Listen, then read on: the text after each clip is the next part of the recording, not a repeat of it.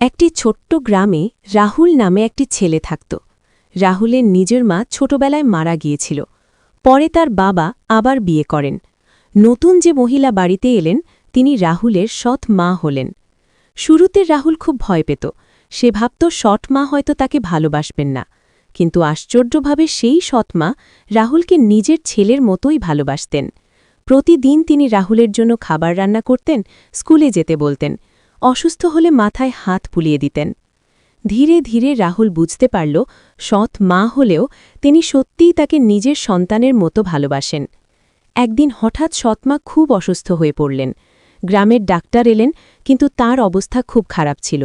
রাহুল সারা রাত তার পাশে বসে কাঁদতে লাগল।